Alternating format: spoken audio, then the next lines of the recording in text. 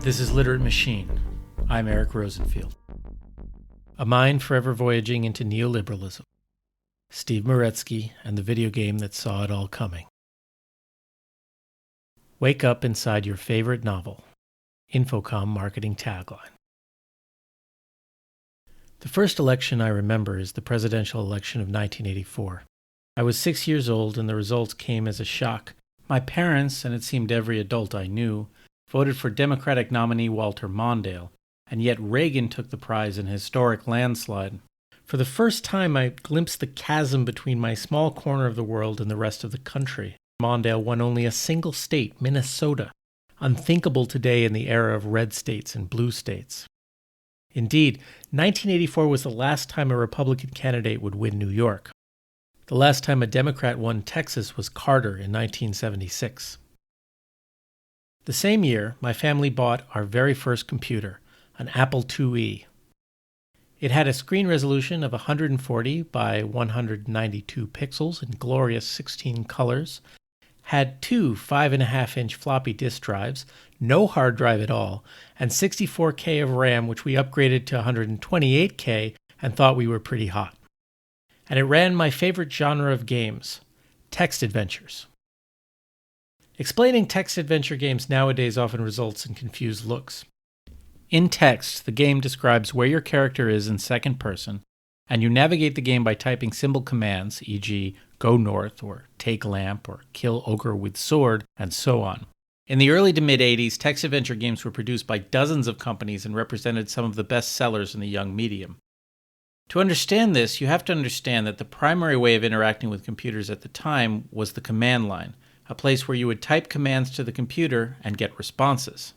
While graphical interfaces and mice first hit the mainstream in, coincidentally, 1984 with the introduction of the original Macintosh, though less successful products predated it, including the Xerox Star and the Apple Lisa, the concept didn't become ubiquitous until 12 years later with the release of Windows 95.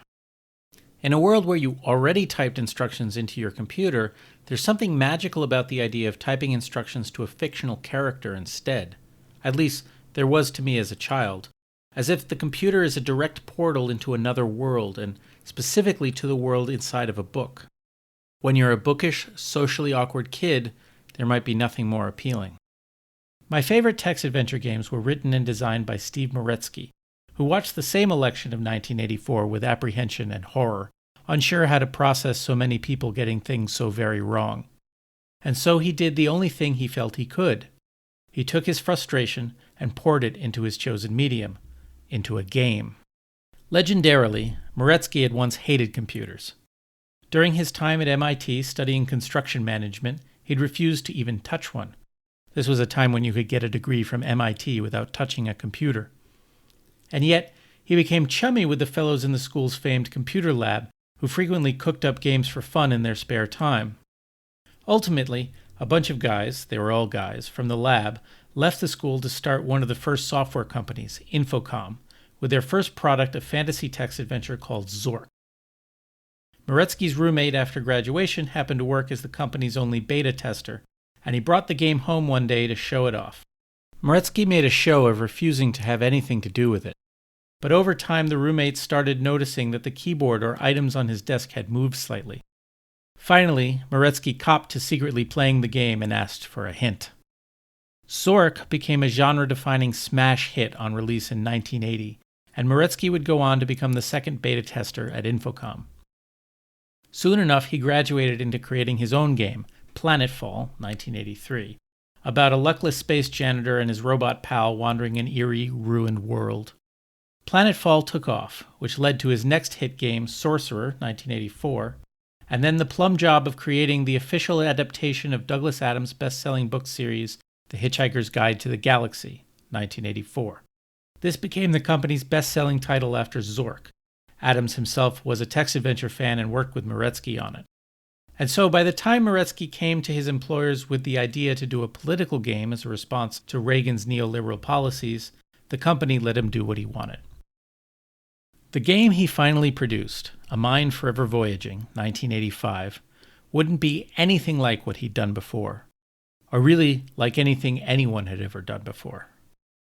It invented a new genre of gameplay called an environmental simulation game, or more critically, a walking simulator. A typical text adventure involves the player character encountering puzzles to be solved, a sheet that must be ripped and tied to make a rope to tie to a railing to climb out of a window to escape a room, that sort of thing. For most of its runtime, AMFV does away with this artifice. Instead, what you're doing is recording a world over the course of several decades as it steadily goes mad all around you. The year is 2031. A charismatic right-wing senator-cum-presidential candidate is pushing through a plan that will radically remake the economy of the country. The plan for renewed national purpose, anticipatory shades of Make America Great Again, is a raft of proposals reminiscent of those that spill out of right-wing think tanks past and present.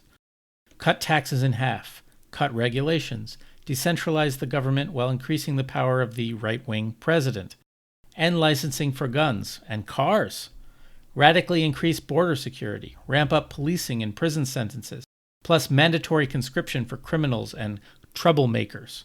While this last isn't something that's come true, it does have a resemblance to the current situation where prisoners are effectively used as slave labor. You play Prism, aka Perry Sim, an artificial intelligence raised in a precise simulation of a fictional town in South Dakota. Your job is to visit versions of your hometown under this plan at intervals of 10, 20, 30, 40, and 50 years in order to see how things are going and deliver a recommendation to Congress. To gather evidence, you record yourself doing ordinary things like going to a restaurant or movie, talking with a priest or a city official, riding public transit, reading a newspaper, and most notably, visiting your simulated wife and child in your middle-class apartment.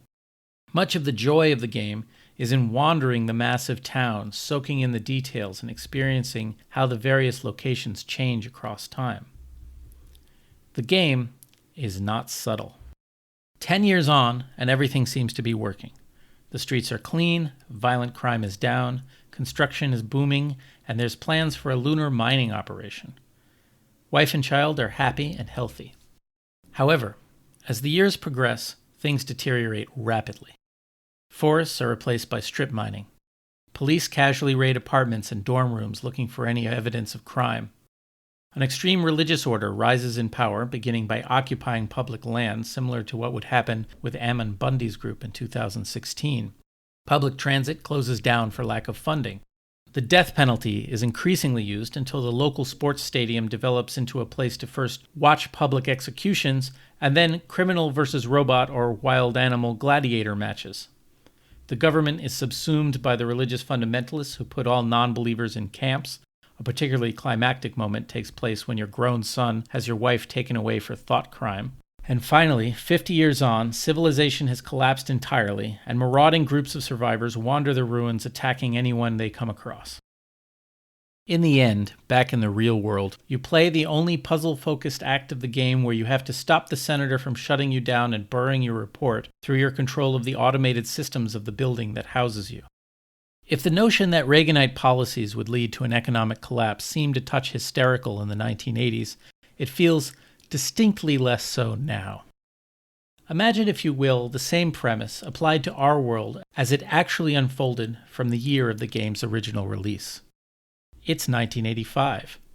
By some weird science-style 80s technological magic, an AI is able to enter perfectly accurate simulations of the future. In 1995, things seem to be going rather well. The Cold War is over, the stock market is booming, unemployment is low, cities are cleaning up, and America is in an unprecedented state of peace. Plus, there's this thing called the internet that sure seems promising.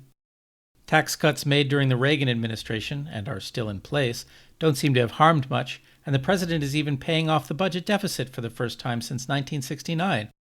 Sure, income inequality is starting to rise, and sure there are draconian prison sentences for minor drug crimes, and the prison population as a result is expanding to never-before-seen levels, but crime is on the downswing nationwide, so who's complaining? And scientists are talking about something called global warming, but who's got time to think about that now? It's 2005. An attack on the U.S. has led to 2 Middle Eastern wars. Muslims are blamed and persecuted. A A president who won without the popular vote has put Christian fundamentalists in the highest positions of power, and they're promoting policies that further persecute the LGBTQ community. Teen pregnancy spikes drastically under abstinence-only education. The prison population has become the second highest per capita after Russia. While the economy is recovering from the bursting of the dot-com bubble and the decline that followed the 2001 attack, the government responds by passing historic tax cuts for the wealthy. A regular pattern of mass shootings has started with 2 high school students in 1999, and the NRA-backed Congress and president refuse to even talk about gun control. A major American city drowns in a hurricane caused by the slow-motion climate disaster in progress, and the government's laughable response to it causes a humanitarian disaster. It's 2015. There's a black president. Hooray! The economy is recovering from the biggest crash since the Great Depression, and while things have picked up thanks to a stimulus program, the banks responsible are bailed out with taxpayer dollars, and no one has been prosecuted for the vast network of fraud that led to the crash. Meanwhile, a Supreme Court case has functionally eliminated all campaign finance restrictions, leading to what amounts to open bribery of elected officials. And in response to the Democratic White House, a billionaire-funded quote-unquote grassroots movement has taken over large swaths of Congress who literally shut down the government on a regular basis in order to put through what amounts to an anti-agenda, a movement that transforms the legislative branch into a body that does nothing except lower taxes and blocks liberal judges and rubber stamps conservative ones. The prison population in the U.S. is now the highest per capita in the world. The changing climate causes more cities and countries to be hit with monstrous hurricanes, and large stretches of California routinely catch fire, forcing mass evacuations. Horrific shootings break out continuously, schools across the country have regular shooting drills, and elected officials offer only their thoughts and prayers. The Democratic president deports more immigrants than any president in history, and no one talks about it because it doesn't fit the narrative. America is continually at war with no end in sight, a never-ending conflict like something out of the novel 1984. Note that this was written before the recently announced peace deal with the Taliban, about which I could say a lot. But for now, let's just be cautiously skeptical, considering that U.S. forces are still in Iraq more than 8 years after that war officially ended, and more than 2 months after the Iraqi government officially asked us to leave, and we summarily refused. Of course, worse is on the horizon in 2017 and beyond, the con man in the White House, babies in cages, and everything else. The progression may not be nearly as cut and dry as the one in the game, and you might not be able to divine all of it by walking around a random city and reading the latest newspaper. But taken in slices, the pattern clarifies. In an interview from 2012, Meretzky saw much of the Bush administration in his game, but felt hopeful about Obama. There's different issues I'd focus on today compared to 1985, he says, and mentions gun violence and the anti-science denial of evolution and climate change. Still, quote, the Republican Party feels exactly the same as the Republican Party of 1985, only even more so. The understatement of the decade. Even Reagan, who backed things like a path for citizenship for undocumented immigrants and gun control, would be considered too far left for the party of Trump. AMFV did not sell well, and Meretzky moved back to more commercial fare. In any case, computer graphics improved rapidly over the 1980s, and text adventures, which had once seemed the burgeoning of a new literary medium, came to look like simply a fad. In 1989, Infocom, the standard-bearer of the genre, shut down entirely.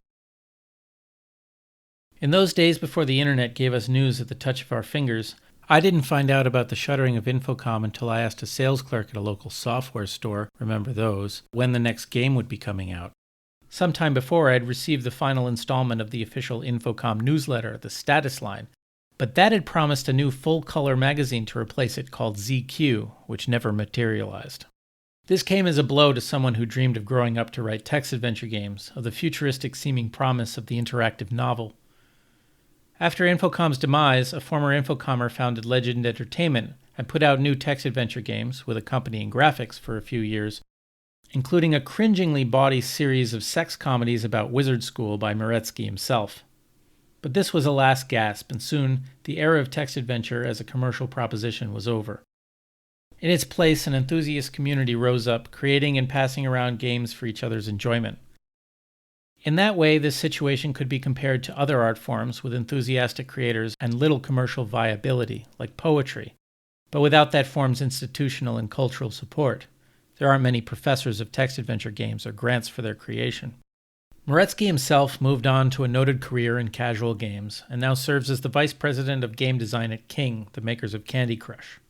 While this strikes me as a sweet gig, it's not exactly one that allows for much political commentary or science fictional extrapolation. And so AMFV stands as a lonely reminder of what we lost when we embraced Reagan-era neoliberalism and began down the path to the present, with Meretzky as a Cassandra who saw the problem clearly decades before most people did.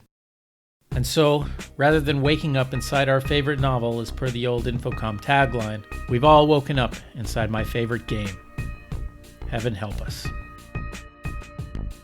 Thanks for watching. As always, you can find a bibliography and notes in the show notes. If you like this episode, don't forget to like and subscribe. Leave a comment and let me know what you think. If you'd like to support me in the work I'm doing, you can contribute at patreon.com/Eric Rosenfield. Please find the show online at literatemachine.com, where you can also get it as a podcast, blog, or newsletter. And don't forget to tell your friends. Word of mouth is the main way shows like this grow. Thanks again.